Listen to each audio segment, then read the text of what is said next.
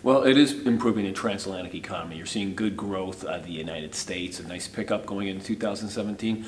And believe it or not, here in the European Union as well. In fact, the European Union grew faster, slightly, than the United States last year. So if you look at the industrial orders, retail sales, investment, consumption, spending and investment, it's a good backdrop for transatlantic business this year.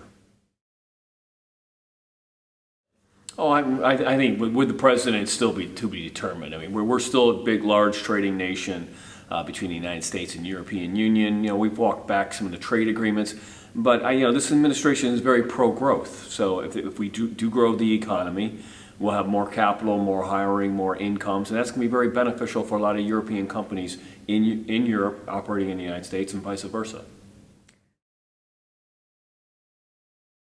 That's a great question, because I do worry about that in terms that we're looking more locally or inwards as opposed to outward. So we're the largest commercial entity in the world, the United States and the European Union.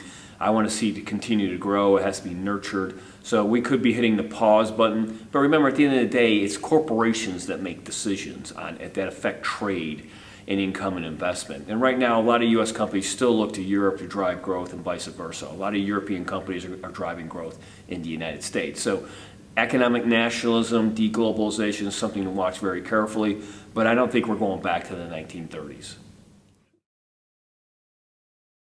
We'll have to see how that plays out, but unequivocally, the UK has always been used by American companies as a bridge to the broader European Union market. So with the exiting of the United Kingdom, a lot of US corporations are going to have to rethink their strategies and how they leverage the UK, how they approach it, how much they invest.